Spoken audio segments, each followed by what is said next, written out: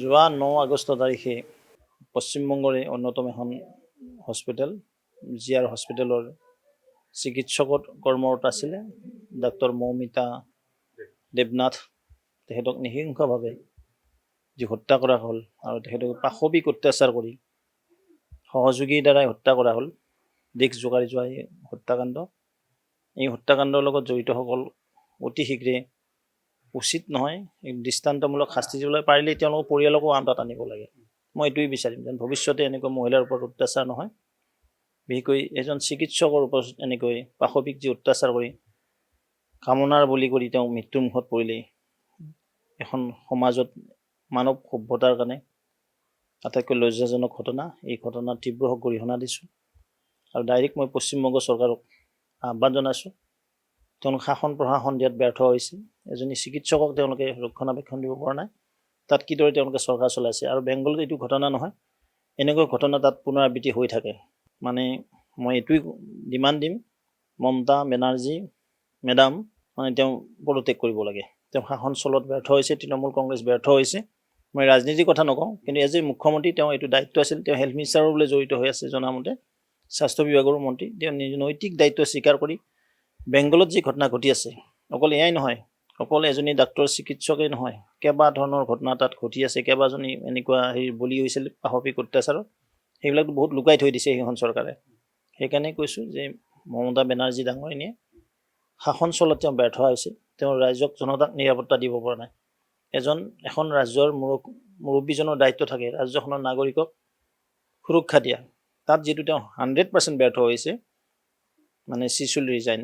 যোৱা 9 আগষ্ট তাৰিখে জিআৰ হস্পিটেল পশ্চিমবংগৰ অন্যতম এখন হস্পিটেল জিআৰ হস্পিটেলৰ চিকিৎসকত কৰ্মৰত আছিলে ডাক্তৰ মৌমিতা দেৱনাথ তেখেতক নিহিংসভাৱে যি হত্যা কৰা হ'ল আৰু তেখেতক পাশবিক অত্যাচাৰ কৰি সহযোগীৰ দ্বাৰাই হত্যা কৰা হ'ল। দেশ জোকাৰি যোৱা এই হত্যাকাণ্ড, এই হত্যাকাণ্ডৰ লগত জড়িতসকল অতি শীঘ্ৰে উচিত নহয়, দৃষ্টান্তমূলক শাস্তি দিবলৈ পাৰিলে তেওঁলোকৰ পৰিয়ালকো আনতাত আনিব লাগে। মই এইটোৱেই বিচাৰিম যেন ভৱিষ্যতে এনেকুৱা মহিলাৰ ওপৰত অত্যাচাৰ নহয়, বিশেষকৈ এজন চিকিৎসকৰ ওপৰত এনেকৈ পাশবিক যি অত্যাচাৰ কৰি কামনাৰ বলি কৰি তেওঁ মৃত্যুৰ মুখত পৰিলে এখন সমাজত মানৱ সভ্যতাৰ কাৰণে আটাইতকৈ লজ্জাজনক ঘটনা। এই ঘটনাৰ তীব্ৰ গৰিহণা দিছোঁ আৰু ডাইৰেক্ট মই পশ্চিমবংগ চৰকাৰক আহ্বান জনাইছোঁ, তেওঁলোক শাসন প্ৰশাসন দিয়াত ব্যৰ্থ হৈছে। এজনী চিকিৎসকক তেওঁলোকে ৰক্ষণাবেক্ষণ দিব পৰা নাই, তাত কিদৰে তেওঁলোকে চৰকাৰ চলাইছে। আৰু বেংগলত এইটো ঘটনা নহয়, এনেকুৱা ঘটনা তাত পুনৰাবৃত্তি হৈ থাকে। মানে মই এইটোৱেই ডিমাণ্ড দিম, মমতা বেনাৰ্জী মেডাম তেওঁ পদত্যাগ কৰিব লাগে। তেওঁ শাসন চলোৱাত ব্যৰ্থ হৈছে, তৃণমূল কংগ্ৰেছ ব্যৰ্থ হৈছে।